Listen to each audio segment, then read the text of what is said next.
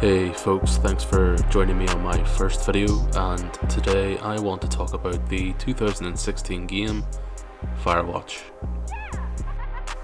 So compelled was I by the excellent use of a user interface, or lack thereof, the beautiful implementation or furloughed, and the captivating art direction in general of Firewatch. I had to share my thoughts.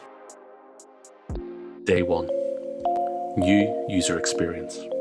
When you begin Firewatch, one of the first screens you're greeted with has an alluring use of imagery and an interface that's so clean, so uncompromising in its simplicity that it's a joy to behold. It's not flash, it's not big, but it works extremely well and reflects the ambience of the game entirely. The animation here is subtle. The sound design is excellent, with the faint, audible noise of what can only be described as a warm breeze. Like an animated painting, it's tempting to pause and bask in its summertime mise en scene.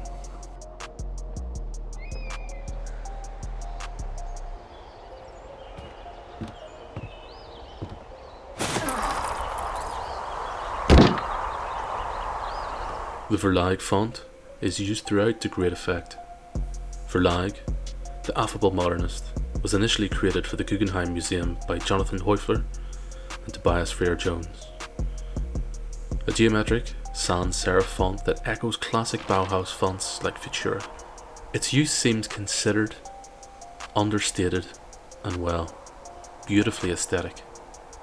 It's simple and often overlooked, but a thoughtful approach to typography can set the tone and theme immediately in any design discipline. Affordances and signifiers. One of our fundamental principles is that of perceived affordances. That's one way we know what to do in novel situations. That's according to Don Norman. Throughout Firewatch, you will have many items to interact with. Doors, walkie-talkies, pictures, letters, maps, compasses, and cash boxes. Don Norman, whose book, The Design of Everyday Things, discusses the use of affordances throughout everyday life. Self-evident ways in which a user can interact in novel situations. Coupled with signifiers, there's a clear approach to what users can interact with. There's absolutely no ambiguity. Look, I'm sorry. Can you hold that thought? Sure. Just gonna keep hiking and hoping it warms up. Norman goes on to say, a signifier is some sort of indicator, some signal in the physical or social world that can be interpreted meaningfully. Signify critical information.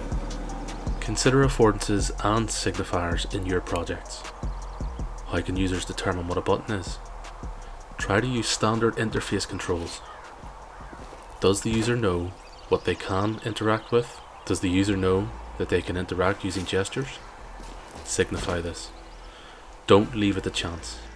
The best interface is no interface. Firewatch is about escapism, about leaving your hectic life behind and trading your city environment for one of nature, solitude, and minimal interference.